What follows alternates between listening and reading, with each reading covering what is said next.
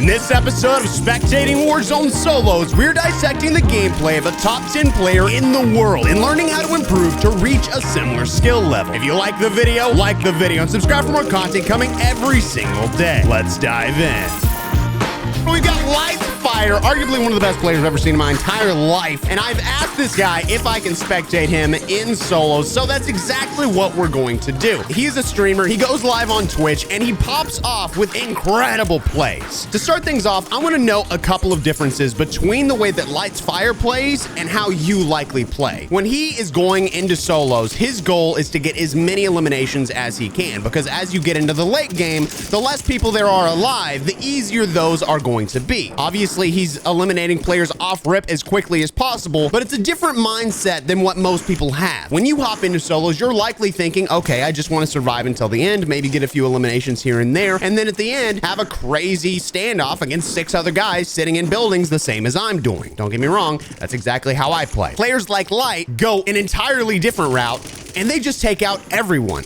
What they do is they use audio and their game sense to go exactly where most players are going to be, and they try for all the eliminations. Now, he's obviously using 2 very, very good weapons. He is also on controller. It's just hard to beat a player like him whenever you run into a 1v1 gunfight. Solos are going to be very difficult to beat someone like this. However, duos, trios, and quads, if you stack, you're going to be able to take them out. You're going to see a lot of gunfights where he just dominates them. He's running 2 weapons that are incredibly accurate. He's got the RAM and the new HRM SMG, and both of them, as you can see, are super accurate. He knows how to recoil control, and if you didn't know, your boy has also recently switched to controller. That's probably upsetting for some people, but the truth is, it's too hard not to use aim assist in this game, especially with all the nerfs they've been doing to mouse and keyboard as of late. I've recently switched to controller, and one of the big things I've noticed that a lot of people don't know how to utilize aim assist. However, when you run into a player like this, they so very much understand how to use it that it's a little broken. So when you get into the higher skill brackets, things like I run into, we tend to complain about aim assist a lot, whether we're on controller or on mouse and keyboard, because all the players know exactly how to use it. It's really hard to decide whether or not it's something that can be nerfed, but watching Lights Fire, you're gonna see he'll wiggle a little bit, which activates the rotational aim assist, which means that when someone moves or when you move, it basically tracks for you, and he'll actively aim at the person as they move with the right analog stick, which is going to make it even easier to track that player. At all times, there will be movement on Lights Fire screen. So if you're a controller player, keep in mind those things that I just said and use it in your next game, and I promise you're going to find you're going to hit more shots than you would normally. And a lot of people say, well, I'm on console, I don't have as much aim assist. And on screen right now, you can see this clip from Hexsmith showing that's not the case. Both console and PC have the exact same amount of aim assist. So make sure that you utilize it to the best of your ability, and while you're playing, you have to think every single moment through. I'm not saying any of this to complain about aim assist. It is what it is. It's in the game, and we're gonna have to deal with it, especially now that I've switched to controller. That's a joke. Instead, I want you to have every advantage, and that's what you're gonna see out of Lights Fire, is every single play that he makes is going to have some sort of element being taken advantage of.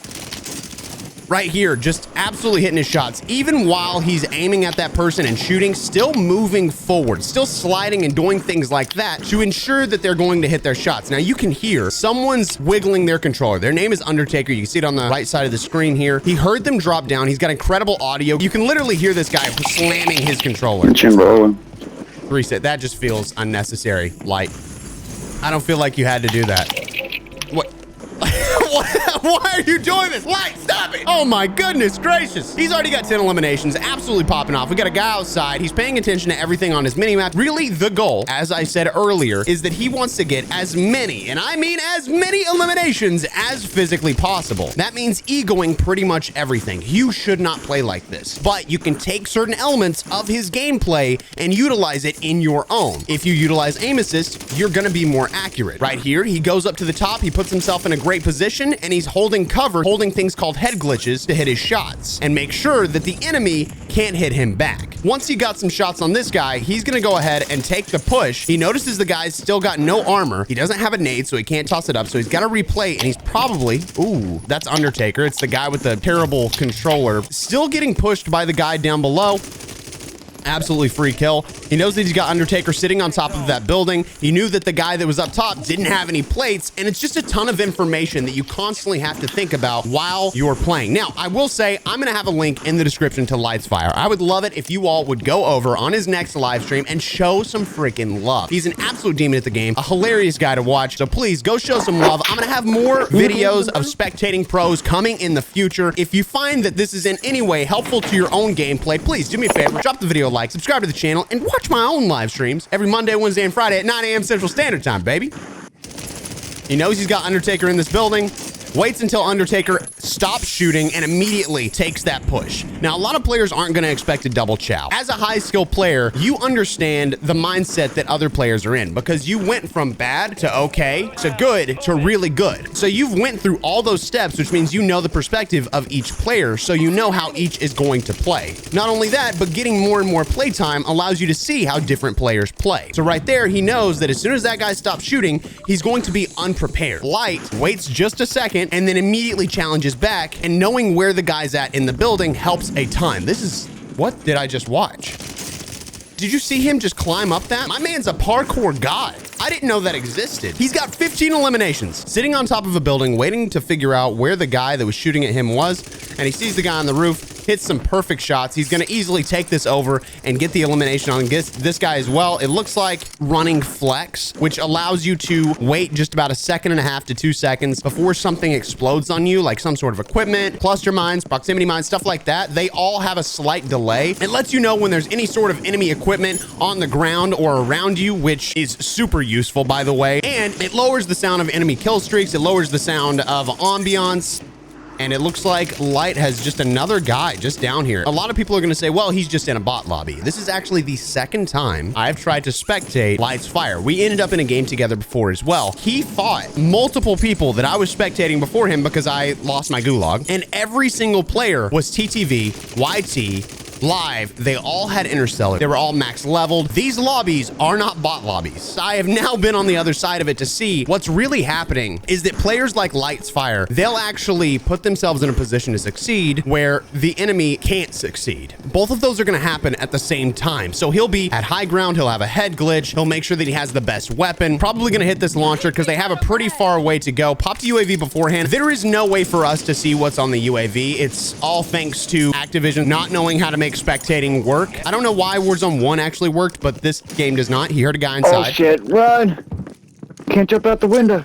Oh my god. That's just sad. No, you need it. Okay. Stop it! Stop it! We're now spectating a person named Violencia. If I'm not wrong, I think right up there we have Lightsfire coming back in. We'll see what happens here. Oh my god. I mean, just look at being on the other side of it though. Camping in the room. My god. What an intense situation.